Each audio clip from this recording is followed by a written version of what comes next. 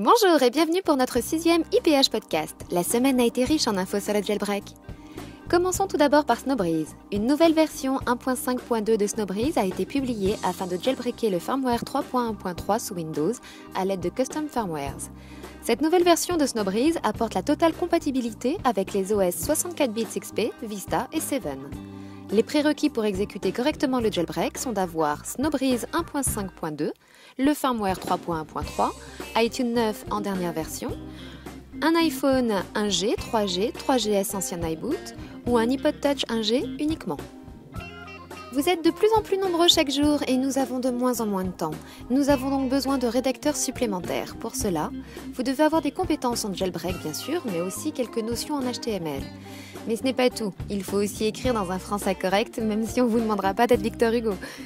Si vous êtes intéressé, il vous suffit de nous écrire via le formulaire de contact. Merci d'avance à tous les candidats potentiels.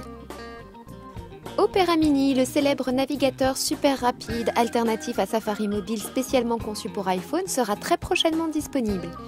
En effet, cette semaine, Opera nous informe à travers un communiqué de presse officiel que la soumission de l'application a été transmise à Apple. Le PDG d'Opera semble être confiant quant à l'approbation de l'application sur App Store. Je cite « Opera Mini respecte pleinement toutes les contraintes d'Apple ». Rappelons que Opera Mini est un navigateur alternatif à Safari qui permet de charger les pages jusqu'à 6 fois plus vite grâce à une compression de plus de 90% des données. Selon le blog 3G Store, le prix du modèle de base de l'iPad, c'est-à-dire en 16 Go modèle hi-fi, coûterait 549 €, tandis que le modèle 64 Go hi-fi et 3G coûterait 879 €. Un prix plutôt attractif, mais malheureusement pour nous Français, la politique d'Apple ne fait pas la conversion des dollars en euros. Donc les prix en dollars seront équivalents en euros. Il y a un moment déjà, un magasin turc avait débloqué matériellement le baseband du firmware 2.0. Eh bien, ils ont remis ça, mais cette fois avec le baseband 05.1201 du firmware 3.1.3. Le but est bien entendu de permettre le décimlocage et ainsi d'utiliser librement tous les opérateurs mobiles du monde sur son iPhone. Bravo à eux! Springboard Rotator est un utilitaire disponible sur Cydia en fin de semaine qui permet, tout comme l'iPad le fait nativement, de faire basculer votre Springboard en mode paysage et donc de pouvoir faire défiler les pages en touchant du doigt de droite à gauche ou de gauche à droite. Nous avons mis à disposition des vidéos de l'utilitaire sur le blog, vous pourrez donc les regarder tranquillement après cet IPH podcast. Adobe Creative Suite 5 CS5 possède maintenant une date de sortie officielle. Pour les développeurs iPhone, la nouvelle est encore plus grande. En effet, grâce à ce prochain Photoshop, il sera désormais possible de coder des applications iPhone en Flash, puis de les proposer sur l'App Store.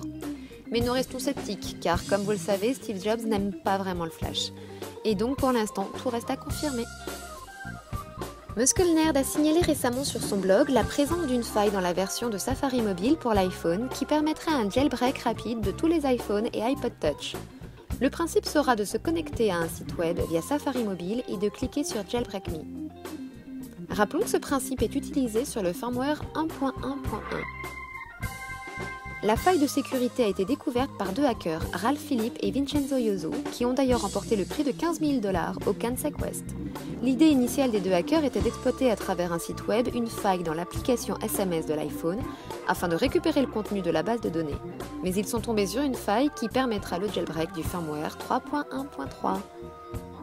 Maintenant que la faille a été dévoilée, il est très probable que Apple sorte une mise à jour, un firmware 3.1.4 par exemple, qui aura pour but de corriger la faille. Vous devez donc être très prudent et refuser tout type de mise à jour sur iTunes si vous désirez pouvoir jailbreaker votre iPhone en firmware 3.1.3.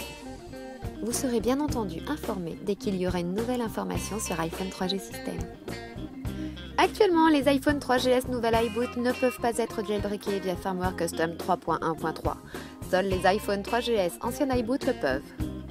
Au moment de la restauration via firmware custom, iTunes va afficher une erreur 1604. iReb a pour rôle de contourner cette erreur et ainsi de forcer la restauration. La nouvelle version de iReb sera compatible Mac et Windows et ne devrait pas tarder. Wait and see! Geote aurait trouvé un nouvel exploit pour tous les modèles d'iPhone et d'iPod Touch anciens et nouvel iBoot, mais également pour l'iPad.